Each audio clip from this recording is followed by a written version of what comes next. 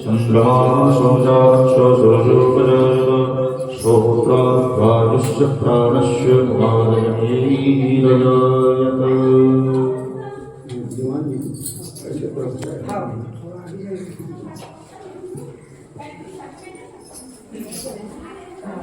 प्रियों मा चंद्रमा सोजाक्षो सुरजोपजायत श्रोत्राद्वायुश्च प्राणस्य कुमारजनीरजायत। मन में बसा कर तेरी मूर्ति उतारो गिरधर तेरी आरती। मन में बसा कर तेरी मूर्ति उतारो गिरधर तेरी आरती। करुणा करो कष्ट करो ज्ञान दो बहुत भक्ति आओ मेरे शायद भगवन। करुणा करो कष्ट करो ज्ञान दो भगवन। बहुत भक्ति आओ मेरे शायद भगवन। दर्द की दवा तुम्हारे पास है, दर्द की दवा तुम्हारे पास है। जिंदगी दया की है भीख मांगती। मन में बसा कर तेरी मूर्ति उतारो गिरधर तेरी आरती।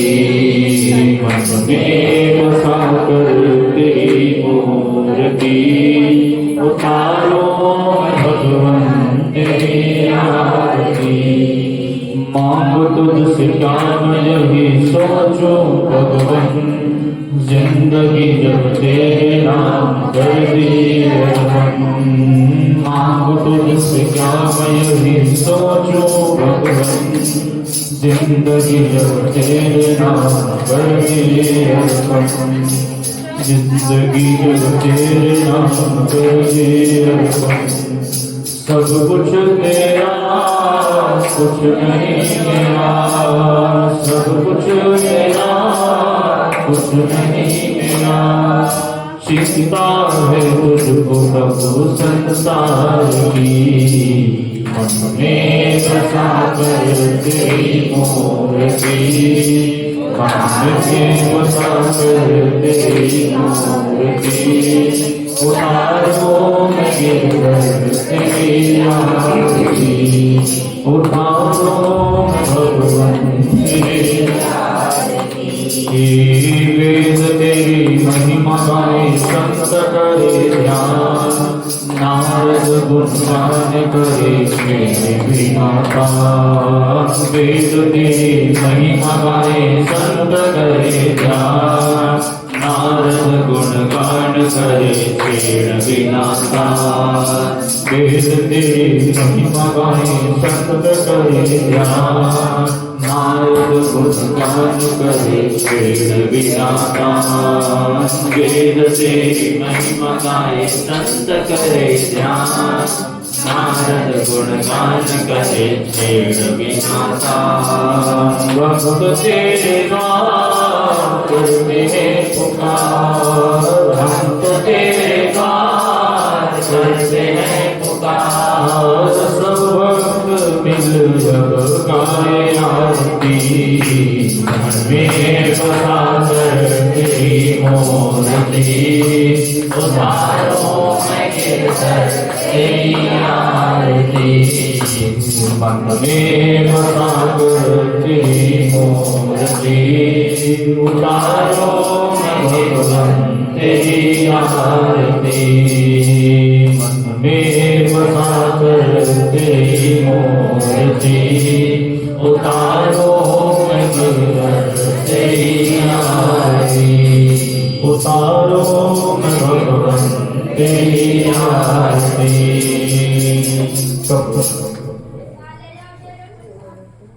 कर्पूरगौरं करुणावतारं संसारसारं भुजगेन्द्रहारं सदानन्दं हृदयारविन्दे भवानी शरणं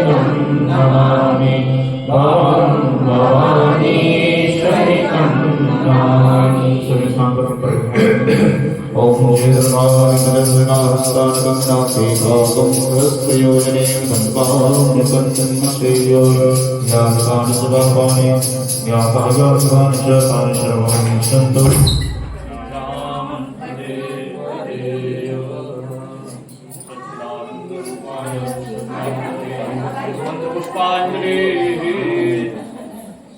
हरि ओम जगेन दिगमानं देवास्तानि धर्माणि प्रथमान्यासन्नातेहनाकं महिमानः ततन्वितपुरुवे साध्यान् सन्तिदेवः मङ्गलं भगवान् विष्णु मङ्गलं गरुडध्वजा मङ्गलं पुण्डरीकाक्षो मङ्गलायस्तनो हरिः सुमनसुगन्धित पुष्पाञ्जलि श्रीभागवतो श्रीकान्त पुष्पाणि की जय गुरुदेव स्वामी की जय गुरुदेव जी महाराज की जय राजा परीक्षित की जय जय श्री राम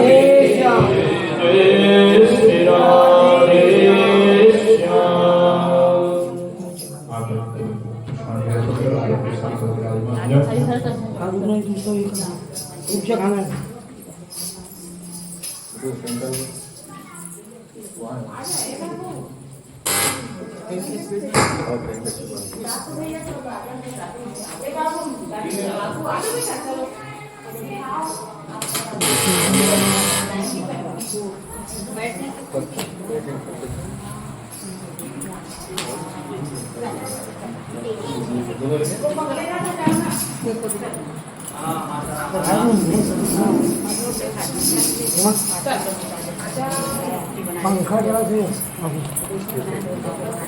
जब भी जरा तो ना प्रणाम करेंगे ऐसे नहीं इधर से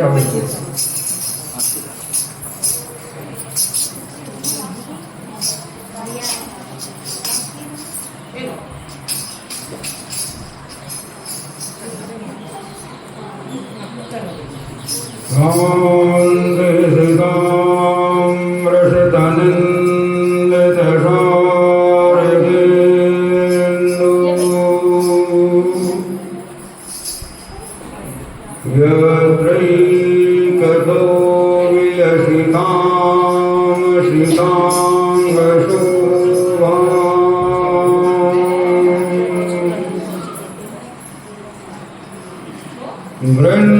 वृन्दावने पितृतया मुनगराम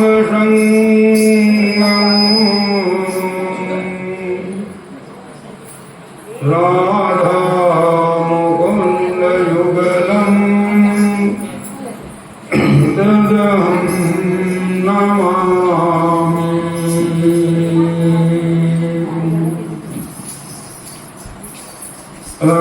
अनादिमाद्यं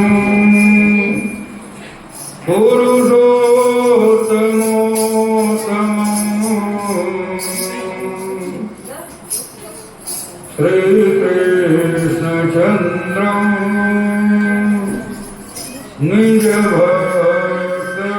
निजभक्तवत्सलम्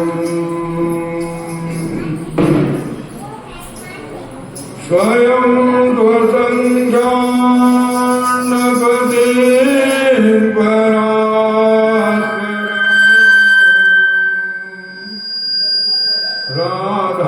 राधापतिं त्वां शरणं व्रजाम्यहम्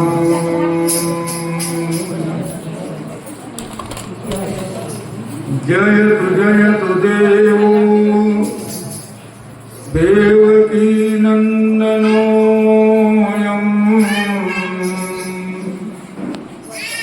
जयतु जयतु कृष्णो वृष्णिवंशप्रदीप जयतु जयतु मेघ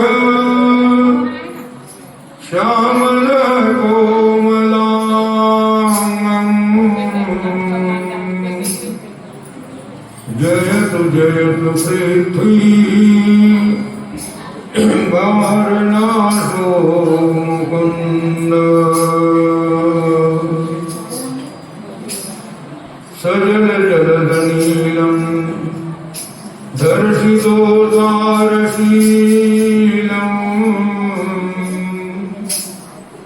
करतलधृतशैलम्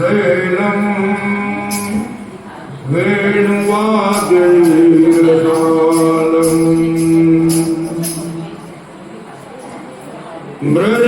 व्रजजनकुलपालम्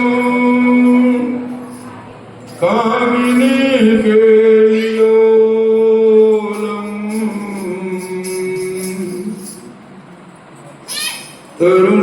तरुणितुलसीमालम् नौमि गोपालबालम्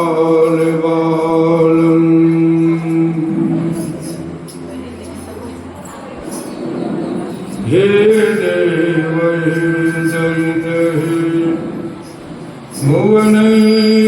भुवनैकबन्धो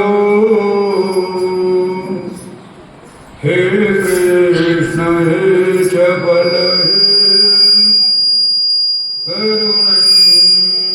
करुणैकसिन्धो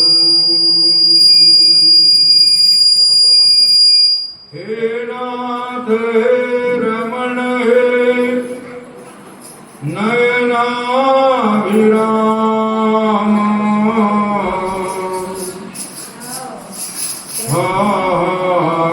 कदानुभविता शिवरं ऋषोर्वे नमो गुरुभ्यो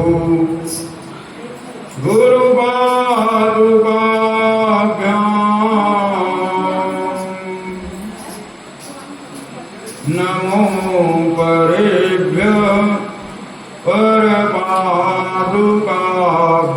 परपादुकाभ्याम् आचार्यसिद्धे सर्वपादुकाभ्याम् नमो नमः श्री गुरुपादुकाभ्याम्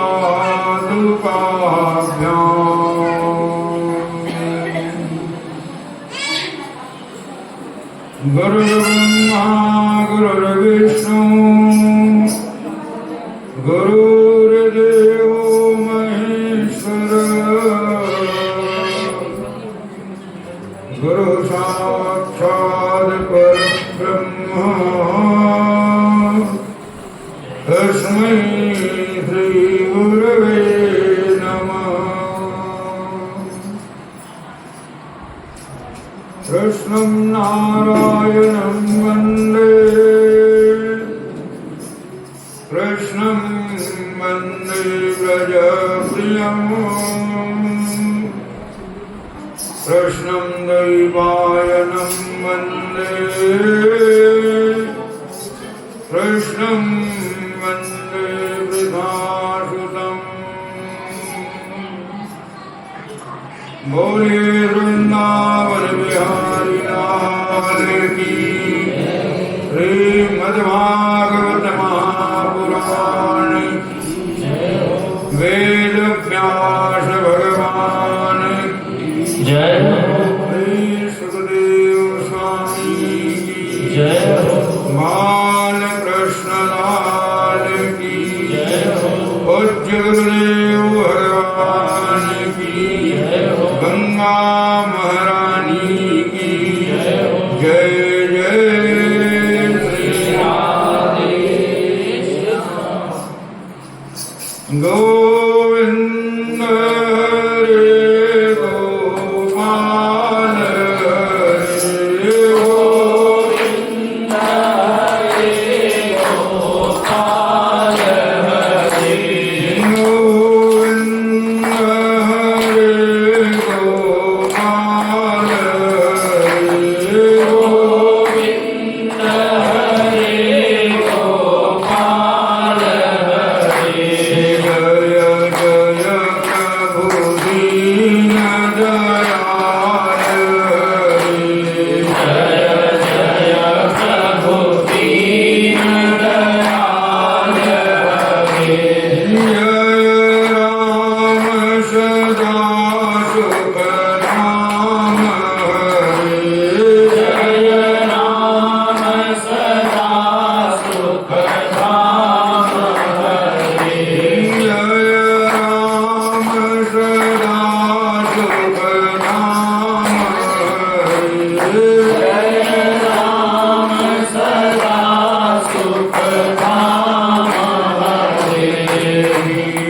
सीतापति सीताराम हरे सीतापति सीताराम हरे सीतापति सीताराम हरे सीतापति सीताराम हरे जय नारायण सुख धाम हरे जय नारायण सुख धाम हरे जय नारायण सुख धाम हरे जय नारायण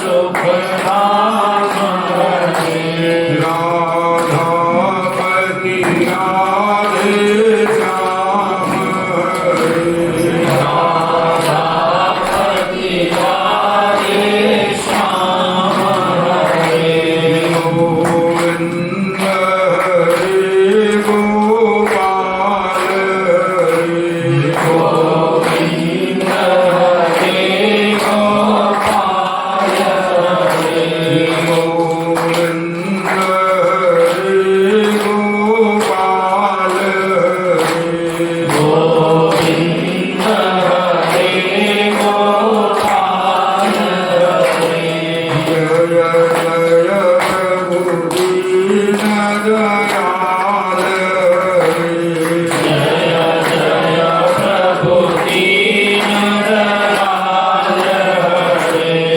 बोलिए वृंदावन बिहारी लाल की जय हो भागवत महापुराण की जय हो वेद व्यास भगवान की जय हो सुखदेव स्वामी की जय हो गंगा महारानी की जय हो बाल कृष्ण लाल की जय हो पूज्य गुरुदेव भगवान की जय हो जय श्री राधे श्याम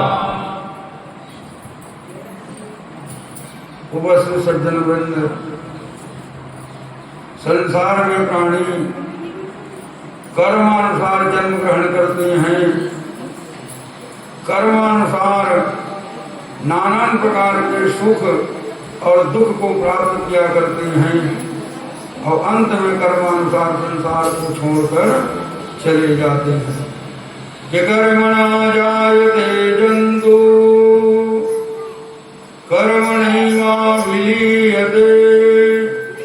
सुखम दुखम भयक्षेमं कर्मणैवाभिपद्यते। संसार में प्राणी का जैसा कर्म होता है, कर्मानुसार उनको सुख और दुख की प्राप्ति हुआ करती है। यदि मनुष्य का कर्म श्रेष्ठ है तो उनका श्रेष्ठ वर्ण में जन्म होता है, और यदि कर्म श्रेष्ठ है तो धनी व्यक्ति के घर में उनका जन्म होता है, और भी यदि उनका कर्म श्रेष्ठ हुआ तो उसे देव योनि भी प्राप्त हो सकती है। लेकिन ऐसा जरूरी नहीं है कि सबका कर्म श्रेष्ठ हो। निकृष्ट कर्म करने वाले भी प्राणी हैं कि नहीं? जब प्राणियों का कर्म निकृष्ट होता है तो नाना प्रकार के निम्न योनियां हैं कि नहीं? निम्न घर में जन्म होगा, दरिद्र के घर में जन्म होगा, जीवन पर्यंत कष्ट को भोगते रहोगे। यदि और भी कर्म खराब रहा तो नाना प्रकार के निकृष्ट योनियां हैं, कुकर है, सूकर है, पशु पक्षियों की योनि है कि नहीं? ये भी ये जीव को प्राप्त होता है। यदि कर्म और खराब रहा तो नाना प्रकार के नरक बताया गया है।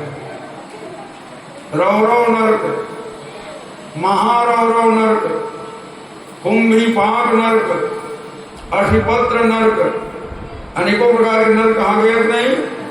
वो नरकों में इस जीव को छोड़ दिया जाता है। कई ऐसे नरक हैं दीवान जी जिसमें सर्प ही सर्प भरा हुआ है, जीव को वहां छोड़ दिया जाता है। कई ऐसे नरक हैं जहां पर बिच्छू ही बिच्छू भरे पड़े हैं। कई ऐसे नरक हैं जहां पर तेल की कड़ाही खोलने में लगा हुआ है। कई ऐसे नरक हैं जिसमें अग्नि का अंगार बरसने में लगा हुआ है। ये जीव को उसमें ले जाकर के छोड़ दिया जाता है। क्यों छोड़ा जाता है? क्योंकि जीव ये संसार का संग करता है और संग करने के कारण मलिनता को धारण कर लेता है। आवाज आप लोग तक पहुंच रहा है ना? बोलिए वृंदावन बिहारी। जानते हो जीव को क्या कहा गया? ईश्वर अंश जीव अविनाशी है कि नहीं? ये जीव क्या है? ईश्वर का अंश है, परमात्मा के अंश है। जैसे परमात्मा अविनाशी है, कभी नष्ट नहीं हो सकते, उसी प्रकार ये जीव भी कभी नष्ट होने वाला नहीं है। ये जीव भी किसी से कोई कमजोर नहीं है। जीव विशुद्ध है, जीव में कभी अपवित्रता आने वाली। ठीक उसी प्रकार जैसे स्वर्ण सोना हमेशा पवित्र माना गया कि नहीं? कभी अपवित्र होता नहीं है। लेकिन जब सोने को आभूषण बना करके बारंबार अपने शरीर में धारण करोगे तो धीरे धीरे वो सोने की चमक फीकी पड़ जाती है। क्यों फीकी पड़ती है? क्योंकि वो मलिनता को धारण कर लेता है, मैल को धारण कर लेता है कि नहीं? तो सोने की चमक कहीं कम पड़ गया तो क्या उसका कीमत कम हो गया जी? उसका मूल्य कम होने वाला नहीं है कि नहीं? फीकी पड़ गई है। अब उसमें चमक वापस लाना है तब क्या करोगे दीवान जी? वो सोना को लेकर कहां पहुंचोगे? सोनार के पास, है कि नहीं? और सोनार क्या करेगा? अग्नि की ताप दिखाएगा, तेजाब में छोड़ेगा। वो सोने को कष्ट देगा कि नहीं? और जब उनको कष्ट देगा तो वही सोना है जो मलिन हो चुका था, वो कुंदन के समान चमकना प्रारंभ हो जाता है कि नहीं? ठीक उसी प्रकार एक जीव का सोनार कौन है? ये यमराज जी है। ये जीव जब संसार में कर्म करता है और कर्म के मलिनता को आकंठित कर लेता है, मैल को धारण कर लेता है, तब ये जीव को शुद्धिकरण करने के लिए कहां भेजा जाता है? यमराज जी के पास। और यमराज जी उनको अनेक प्रकार के कष्ट देते हैं और कष्ट दे करके जब वो जीव को पुनः शुद्ध कर देता है तब वो जीव को कर्म करने के लिए फिर संसार में भेज दिया जाता है। अनेकों प्रकार के नरक हैं कि नहीं?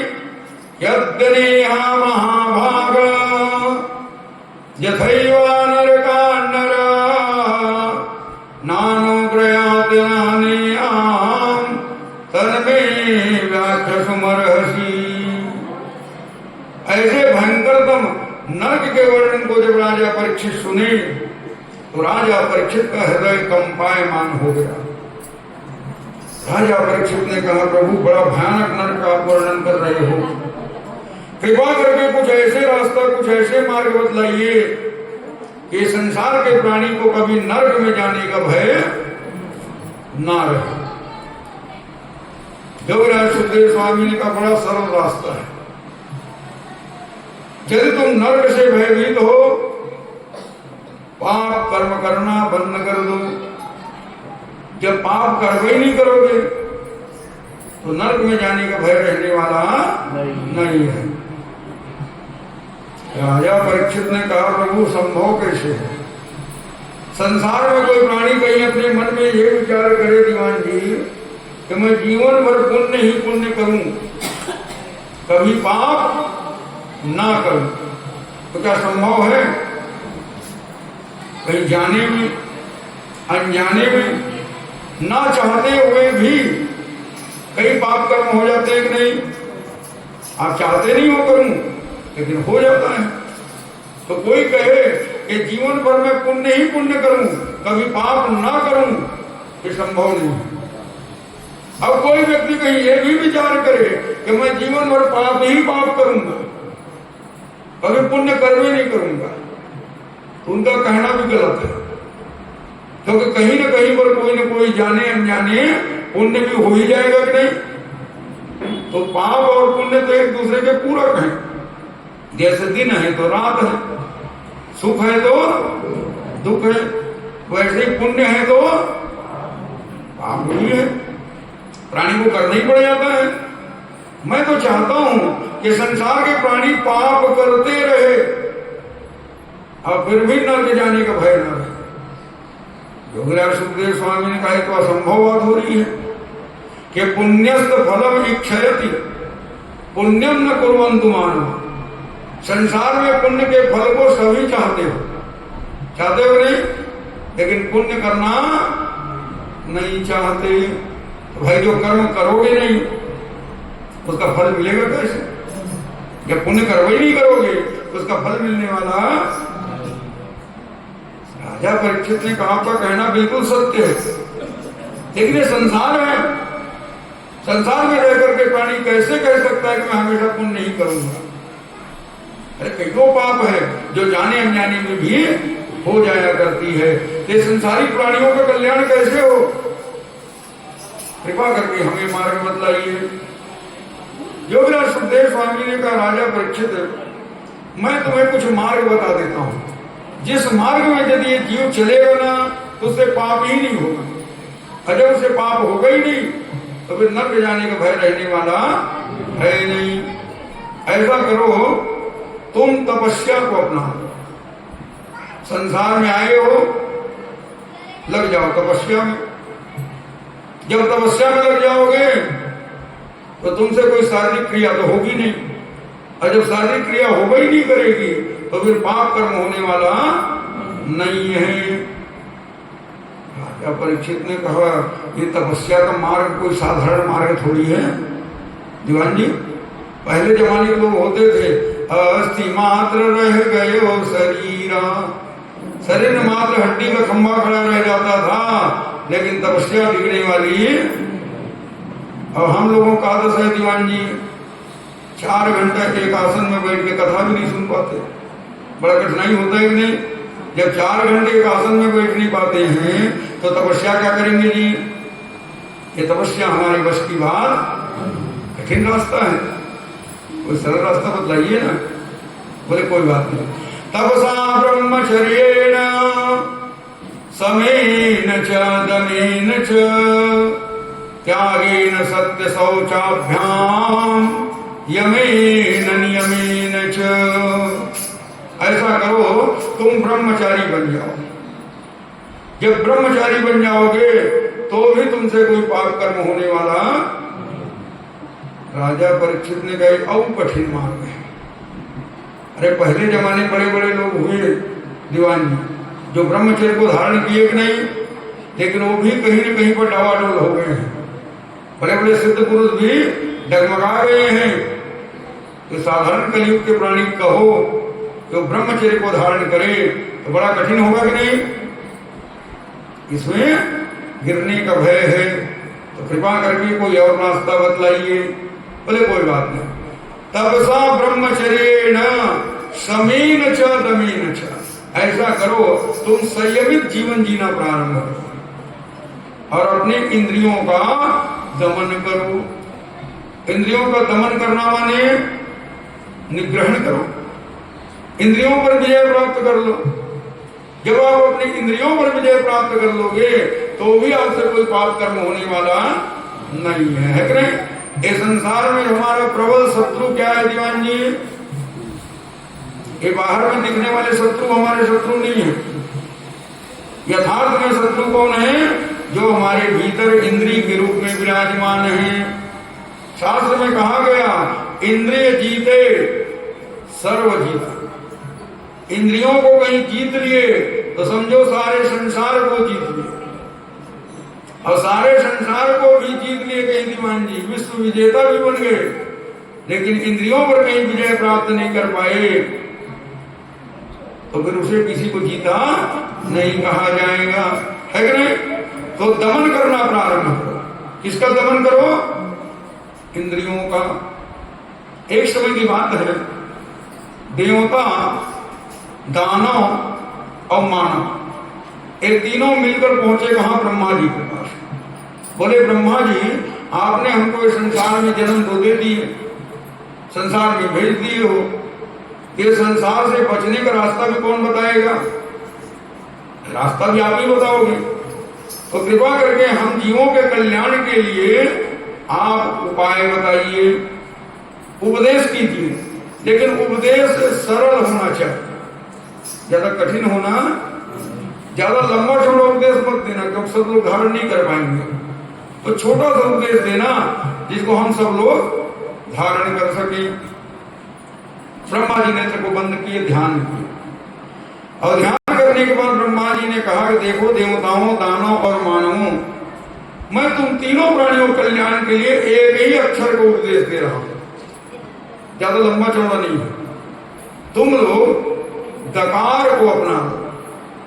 दकार माने द अक्षर, द अक्षर को अपने जीवन में अपनाओ, तुम तीनों का कल्याण हो जाएगा। जैसे सुने बड़े प्रसन्न होकर के तीनों चलने लगे। ब्रह्मा जी ने कहा सुन तो लिए, लेकिन समझे कि नहीं समझे? ब्रह्मा जी ने कहा क्यों देवता, दानव और मानव, जो मैं तुमको उपदेश दिया हूं उसे तुम लोग समझ गए हो ना? तो देवता की ओर से सामने खड़े हुए थे गुरु बृहस्पति। गुरु बृहस्पति ने कहा ब्रह्मा जी हम समझ गए हैं, आपने हम देवताओं को उपदेश देते हुए कहे हो कि अरे भोग प्रधान देवताओं, यदि तुम अपना कल्याण करना चाहते हो तो तुम अपने इंद्रियों का दमन करना प्रारंभ कर दो। दास क्या समझे? दमन। क्योंकि जानते हो स्वर्ग में क्या है जी? भोग की सामग्री भरी हुई है, अमृत पान करो, अवसानों का नित्य देखो। देवता इंद्रियों पर विजय प्राप्त नहीं कर पाते, और यही कारण होता है कि बारंबार उनका पराभव होता है कि नहीं? यदि कहीं देवता इंद्रियों पर विजय प्राप्त कर ले तो कभी भी उनका पराभव होने वाला नहीं है। वाह, तुम तो बड़ा सुंदर समझे हो। अब पूछा गया राक्षसों से, तो राक्षस गुरु कौन है? शुक्राचार्य। ये सामने खड़े हुए थे। शुक्राचार्य ने कहा कि हम भी समझ गए हैं, आपने हम राक्षसों को उपदेश देते हुए कहे हो कि अरे क्रूर कर्मी राक्षसों, यदि तुम अपना कल्याण करना चाहते हो तो द अक्षर से दया को अपना लो। देखो अक्षर एक है रानी, और समझने वाले अलग अलग है कि नहीं? कल मैं बताया था कि स्वभाव गुण मार्गे न पुंसा भावो विरुद्धते। प्राणी के जैसे जैसे स्वभाव होता है ना, वैसे वैसे भगवान की भक्ति को अपनाते हैं। तो देवता क्या समझे? दमन। और राक्षस क्या समझे? क्यों? क्योंकि राक्षस होते हिंसकी, जीवों की हत्या करते हैं कि नहीं? और यदि कहीं राक्षस दयालु हो जाए तो क्या राक्षस से कोई पाप होगा? फिर कोई पाप होने वाला नहीं है। अब नंबर आया मनुष्यों का। तो हमारी ओर से कौन खड़े थे जी? स्वयंभू मनु, आदि पुरुष है कि नहीं? स्वयंभू मनु ने कहा कि हम भी समझ गए हैं, आपने हम मृत्युलोक के प्राणियों को उपदेश देते हुए बोले हो करे प्राणियों, यदि तुम अपना कल्याण करना चाहते हो तो दाय अक्षर से दान को अपना लो। एक कलियुगी प्राणियों क्या उपदेश दिया गया जी? दान करो। क्योंकि जानते हो धर्म के 4 चरण हैं, और 4 चरण में एक कलियुग 3 चरण को तोड़ दिया है, एक ही बच गया है। कौन सा? दान। अब ये दान को भी कलियुग नष्ट करने में लगा हुआ है, लेकिन इसे नष्ट होने मत देना दीवान जी। क्योंकि जानते हो जब तक दान चल रही है तभी तक पृथ्वी पर धर्म चल रहा है। एक ही चरण सुरक्षित है कि नहीं? और दान कहीं हुआ नष्ट तो धर्म हो जाएगा नष्ट, और धर्म जब नष्ट हो जाएगा तब क्या होगा जी? रसा रसातल जई है अब ही। ये पृथ्वी पर यहाँ पर रहने वाला, पृथ्वी कब तक है? जब तक धर्म चल रही है। धर्म हुआ नष्ट, पृथ्वी हो जाएगी नष्ट, तो हम लोग रहेंगे कहां? ये विचार मत करना कि हम रक्षा कर रहे हैं धर्म का। तुम धर्म का रक्षा नहीं कर रहे, दान की रक्षा नहीं कर रहे, तुम अपने आप की रक्षा कर रहे हो। और अपने आप की रक्षा करना सबका कर्तव्य है कि नहीं? अपनी रक्षा करना सबका परम कर्तव्य है। और हमारी रक्षा कब होगी? जब हम दान को संग्रहित करेंगे, और दान की रक्षा होगी तो धर्म बचा रहेगा, और धर्म बचा रहेगा तो पृथ्वी कभी नष्ट होने वाली है नहीं। और पृथ्वी जब रहेगी तभी तो हम रहेंगे। तो जानते हो 3 प्रकार के प्राणी हुए, देवता, दानव और मानव। और तीनों को 3 उपदेश मिला कि नहीं? दमन, दया और अब ये कलयुगी प्राणियों में तीनों का वास कहा गया है दीवान जी। कभी कभी ये मनुष्य से इतना सुंदर काम होता है कि लोग देख के क्या कहते हैं, अरे तो राम के समान है, ये इतना सुंदर कार्य कर रहा है, देवता के समान है। सम्मानित होते हो नहीं? लेकिन क्या हमेशा हो पाते हैं दीवान जी? कभी कभी ऐसे कर्म हो जाते हैं, लोग कहते हैं इससे बढ़ के रावण कोई नहीं है कि नहीं? अब मनुष्य तो हो ही। शादी ब्याह समय आता है, पंडित जी के पास जाते हो मिलापत कराने के लिए, तो कितने गण बताए गए हैं दीवान जी? कितने गण होते हैं मनुष्य के? देव, राक्षस और ये तीनों ये मानव शरीर में ही है।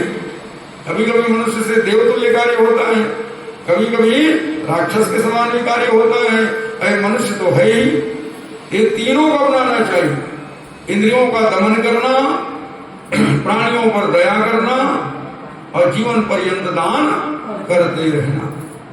ये तीनों को यदि अपना लोगे तो फिर कभी तुमसे कोई पाप कर्म होने वाला नहीं।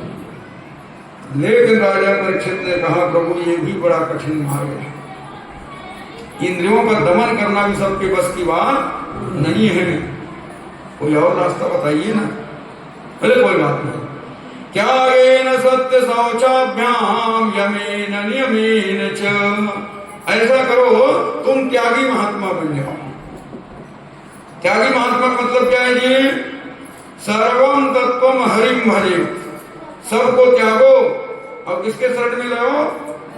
भगवान के शरण में।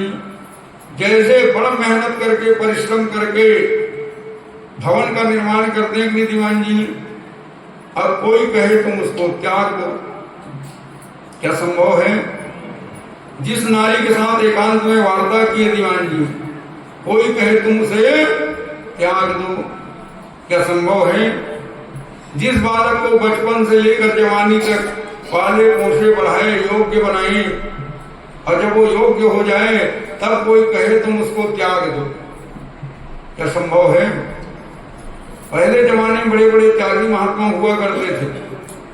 कल कथा में आप सुने कि नहीं? भरत कितने बड़े त्यागी, एक क्षण में स्त्री सुख, पुत्र सुख, राज्य सुख सबको त्याग दिया कि नहीं? और सबको त्याग करके कहां पड़ गया? एक मृगा के चक्कर। अमृत शरीर धारण करना पड़ गया कि नहीं? कि त्याग का मार्ग भी बड़ा कठिन मार्ग है। पहले जमाने में बड़े बड़े त्यागी हुए हैं। इस कलिकाल में भी दीवान जी आप सुनते होंगे, बड़े बड़े मठ मंदिर में हजारों एकड़ सैकड़ों एकड़ जमीन का दान कर दिया करते थे कि नहीं? पुराने जमींदार तो दे गए हैं दीवान जी, लेकिन आजकल उनके जो बाल गोपाल हो गए हैं ना, वो मंदिर में ट्रस्टी बनकर कब्जा जमा बैठ गए है कि नहीं? और क्या कहते हैं, अरे हमारे दादा ने दिया था, हम थोड़ी दिए हैं। वो मंदिर के ऊपर में मुकदमा ठोकना शुरू कर दिए, क्योंकि जानते हो पहले जाने दान दे दिया तो दे दिया, कोई रजिस्ट्री तो होता नहीं था। अब नाम जिनका चल रहा है, पूर्वज का चल रहा है, और पीढ़ी दर पीढ़ी नाम तो उन्हीं का आने वाला है। अरे हमारा नाम है, वो मुकदमा मंदिर के ऊपर करना शुरू कर दिया, हमको वापस मिलना चाहिए। जो दे गए हैं उसको भी लेने में कमी, तो क्या कलयुग के प्राणी त्याग कर पाएंगे? बड़ा कठिन मार्ग है। त्यागे सत्य शौचाभ्याम, बोले कोई बात नहीं, त्याग नहीं कर सकते। ऐसा करो, तुम पाप कर रहे हो पाप करो, पुण्य कर रहे हो पुण्य करो, जो कर्म तुमसे करते बनता है वो करो। अब वो कर्म को करते हुए तुम क्या करो, सत्य को अपना लो, सदा सत्य बोलना शुरू करो। अच्छा हो तो भी सच बोलो, अब बुरा हो जाए तो भी अपने हृदय में सत्यवादिता को धारण कर लो। जो प्राणी सदा सत्य बोलना प्रारंभ करते हैं ना, उनसे भी कभी कोई पाप कर्म होने वाला। सत्य बोलो, सत्य बोलो, सत्य का प्रकाश है। सत्यवाणी के हृदय में ब्रह्म का निवास है। जो प्राणी सदैव सत्य बोलना प्रारंभ कर देता है, उनके हृदय में भगवान का वास हो जाता है। बहुत से पाप हैं दीवान जी जो सत्य बोलने से बच जाते हैं, असत्य बोलने से बच जाते हैं, है कि नहीं? जैसे किसी का बेटा कहीं जुआरी हो, अब वो जुआ खेलने घर से निकल रहा है, माता पिता पूछते हैं कि कहां जा रहे हो बेटा? जब पूछेंगे तो बेटा क्या सच बोलेगा? और यदि सच बोल दिया दीवान जी कि मैं जुआ खेलने जा रहा हूं, तो विचार करो कौन माता पिता है जो अपने बच्चे को जाने देंगे? रोक लगाएंगे कि नहीं? खबरदार, वहां जाने की जरूरत नहीं है। तो उस समय वो पाप से बच जाओगे कि नहीं? भले बाद में इधर उधर बहानाबाजी करके निकल जाओ, पाप में फंस जाओ, लेकिन सत्य बोलने का प्रभाव क्या हुआ कि उस समय तो तुम पाप से बच गई। तो सदा सत्य बोलो, अच्छा कर्म हो सच बोलो, खराब भी हो गया तो सच बोलो, सदा सत्य बोलना प्रारंभ करो। जब सदा सत्य बोलना प्रारंभ करोगे तब भी तुमसे कोई पाप कर्म होने वाला नहीं है। लेकिन राजा परीक्षित ने कहा क्या वो बड़ा कठिन है। एक कलयुग के प्राणी सत्य की परिभाषा ही नहीं जान पाते, विस्मय में पड़े हुए हैं। ये जान नहीं पाते सत्य क्या है और असत्य क्या है। जब उनके परिभाषा ही नहीं जानोगे तो उसका पालन कैसे करोगे? कठिन होगा कि नहीं? और कलयुग में कहावत चल पड़ा है दीवान जी का, सच बोलो तो मारंद है और झूठ बोलो तो जगपति आए। हमारे छत्तीसगढ़ी में ऐसे कहावत है कि नहीं, जो पूरे जीवन को धन्य कर सकता है। क्या कहावत चला है? सच बोलो तो मारंद है और झूठ बोलो तो जगपति आए। क्यों ऐसे कहा गया जी? क्योंकि दीवान जी दूसरे के बारे में तो सच बहुत जल्दी आप बोल दोगे, है कि नहीं? ये ऐसा ऐसा है, 1 मिनट नहीं लगेगा। और दूसरे के बारे में सच बोलोगे तो मार भी करेगा, वो छोड़ने वाला है कि नहीं? तो सच किसके बारे में बोलना है जी? सच अपने बारे में बोलो कि आप कैसे कैसे हो, तो अपने बारे में बोलोगे झूठ और दूसरे के बारे में बोलोगे तो मार भी करेगा, वो छोड़ने वाला। इसलिए सच बोलना है तो अपने लिए बोलो कि आप कैसे कैसे हो। जब अपने विषय में सच बोलोगे तो कोई तुमको मारने आने वाला। लेकिन राजा परीक्षित ने कहा यह भी बड़ा कठिन है। योगीराज सुखदेव स्वामी ने देखा कि जितना भी मैं रास्ता बतला रहा हूं ये सबको कठिन बता रहे हैं, जबकि ये सब कुछ को धारण किया राजा परीक्षित बैठा हुआ है। ये जितना नियम बता रहे हैं ना, ये सब राजा परीक्षित पहले धारण कर चुका है। तपस्या 7 दिन 7 रात एक आसन पर बैठकर भगवान की कथा को श्रवण करना, क्या ये तपस्या से कम है जी? अरे हम लोग तो 3 घंटा नहीं बैठ पाते। वो 7 दिन 7 रात तक इसी बरगद वृक्ष के नीचे बैठे हुए थे दीवान जी। वहां पर कोई गद्दा वद्दा बिछाया नहीं गया था, है कि नहीं? एक पूषा के आसन पर बैठे थे कि नहीं? 7 दिन 7 रात तक तपस्या है कि नहीं? धारण कर चुके हैं ब्रह्मचर्य। राजा परीक्षित की धर्मपत्नी इरावती ब्रह्मांड सुंदरी कहा गया है। आजकल तो विश्व सुंदरी खिताब होता है कि नहीं? विश्व क्या, एक मिस इंडिया, मिस्टर इंडिया, ये सब खिताब देते हैं। भारत में श्रेष्ठ इरावती को ब्रह्मांड सुंदरी का खिताब मिला हुआ था। इतनी सुंदरी नारी एक क्षण में त्याग करके बैठे कि नहीं? कहीं पर वर्णन नहीं आता श्रीमद् भागवत महापुराण में कि राजा परीक्षित अपनी धर्मपत्नी इरावती को साथ में लेकर बैठे थे। हम लोग भले बोल देते हैं जोड़ी जोड़ी बैठना है, लेकिन वहां तो अकेले राम निकले थे नहीं? राजा परीक्षित नारी का त्याग कर चुका है कि नहीं? ब्रह्मचर्य को धारण कर चुका है। तपसा ब्रह्मचर्येण समेन च दमेन च, इंद्रियों का निग्रहण करना अच्छी तरह जानता है राजा परीक्षित। त्यागी तो है ही, इतने बड़े राजाधिराज सर्वस्व को त्याग कर वलकर वस्त्र धारण करके बैठे हुए हैं। परीक्षित सदा सत्य बोलते हैं, कभी असत्य बोलते हैं। इस सब को धारण किया हुआ है और फिर भी क्या कहता है? कठिन है। योगीराज सुखदेव स्वामी समझ गए कि ये प्रश्न अपने लिए नहीं कर रहा, किसके लिए कर रहा है? ये कलयुगी प्राणियों के लिए प्रश्न हो रहा है। योगीराज सुखदेव स्वामी ने कहा, राजा परीक्षित, अब मैं तुमको एक ऐसा रास्ता बतला रहा हूं जिस रास्ते में यदि प्राणी चलना प्रारंभ कर दे तो कभी भी उसे गड़बड़ाने का खतरा नहीं रहेगा। ऐसा करो, तपस्या को छोड़ो, ब्रह्मचर्य को छोड़ो, त्याग को छोड़ो, सत्य को छोड़ो, दमन को छोड़ो, यदि ये तुमसे होता नहीं है। ये सब को छोड़कर वो कर्म करो जो तुमसे करते बनता है।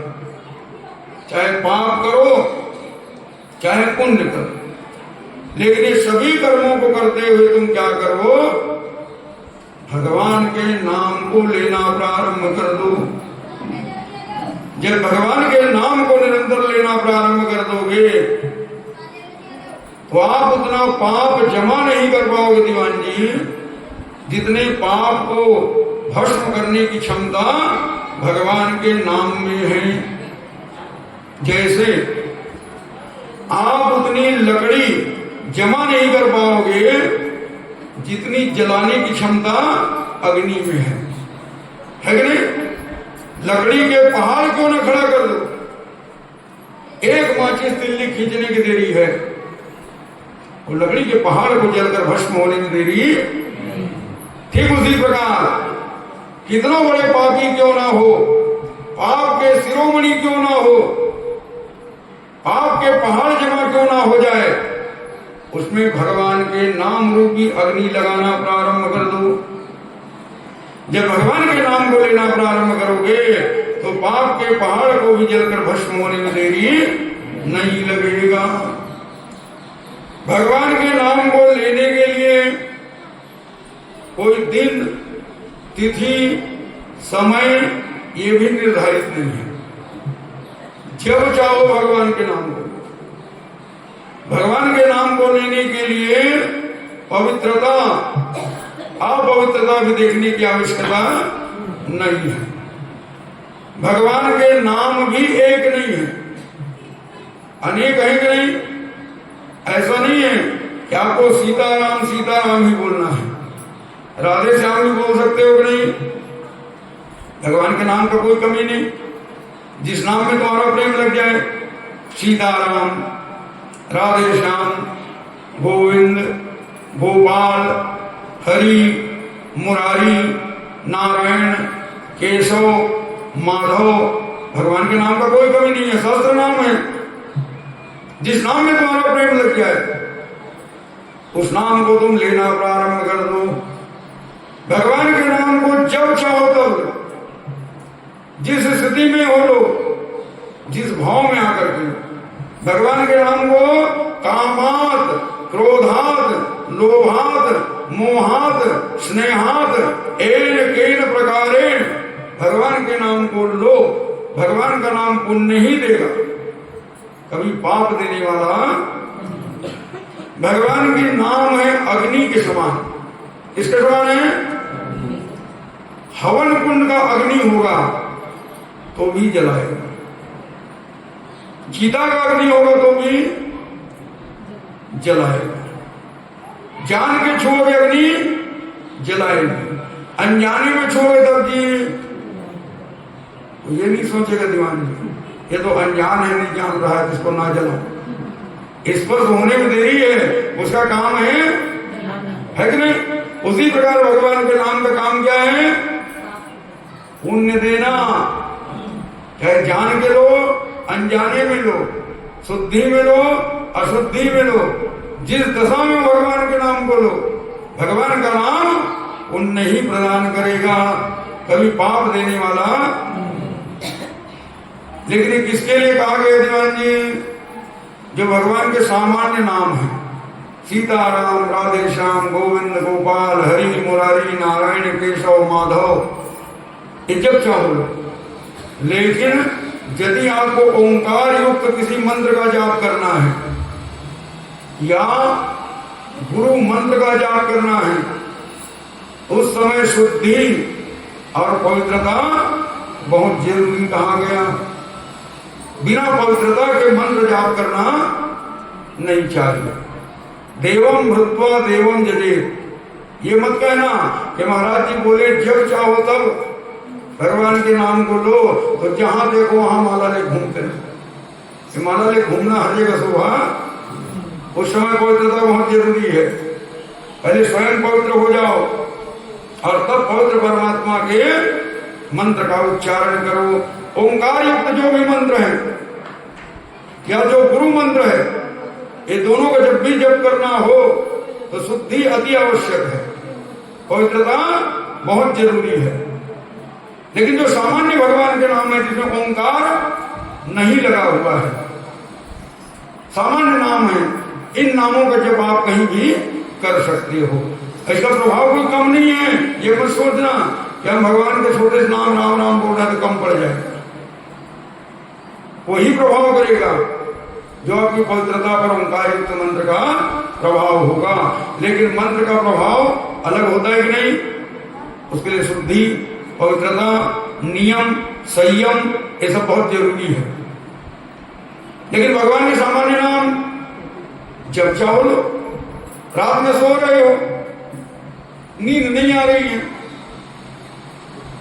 तो सीताराम, राधे श्याम, गोविंद, गोपाल, हरि, मुरारी, नारायण, केशव, माधव बोलना शुरू कर दो। देखना कब झपकी लगेगा, राणा जी पता ही नहीं चलेगा। जानते हो, हमारे गुरु जी कहा करते थे कि जिस किसी को नींद ना आने की बीमारी, आजकल बहुत से लोग शिकायत करते हैं कि नहीं, क्या करें महाराज रात में नींद नहीं आता है कि नहीं? तो उसके लिए एक रामबाण उपाय हमारे गुरु जी बताए। जब भी किसी को नींद ना आए और रामायण की दोहा चौपाई बोलना शुरू कर दिया।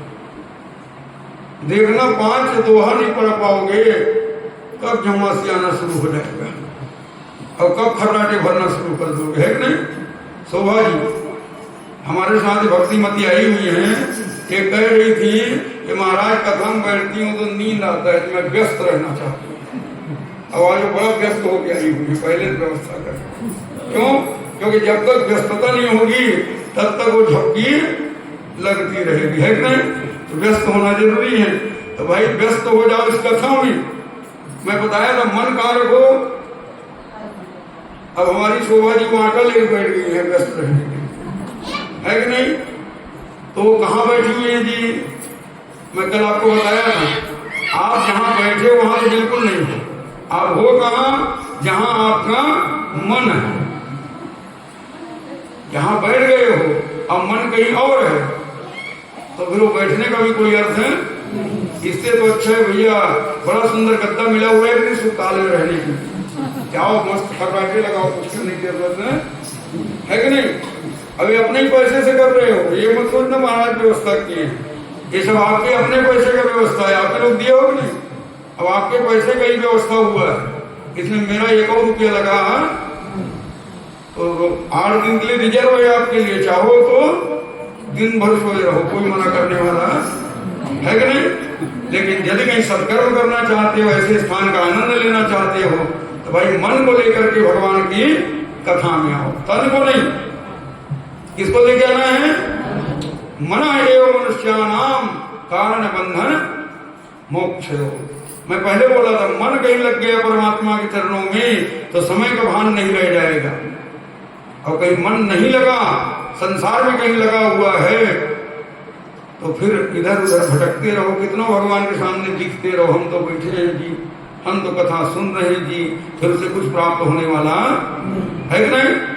तो भगवान के नाम को जब चाहो लो, भगवान का नाम पवित्र ही करने वाला है।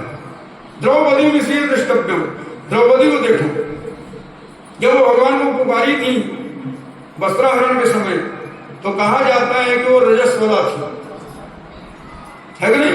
और रजस्वला नारियों के विषय हमारे सनातन धर्म में कहा गया कि 3 दिन तक उनको स्पर्श तो दूर की बात, उनके मुंह भी नहीं देखना चाहिए। महापाप कहा गया कि नहीं? उनके मुख को देखने वाले पापी हो जाते हैं। लेकिन ऐसी परिस्थिति में द्रौपदी भगवान को पुकारी, तो क्या भगवान उनकी रक्षा करने के लिए नहीं आए? द्रौपदी उस अवस्था में पुकारी भगवान को कि हे कृष्ण, हे यादव, हे पांडवा नाम सखे।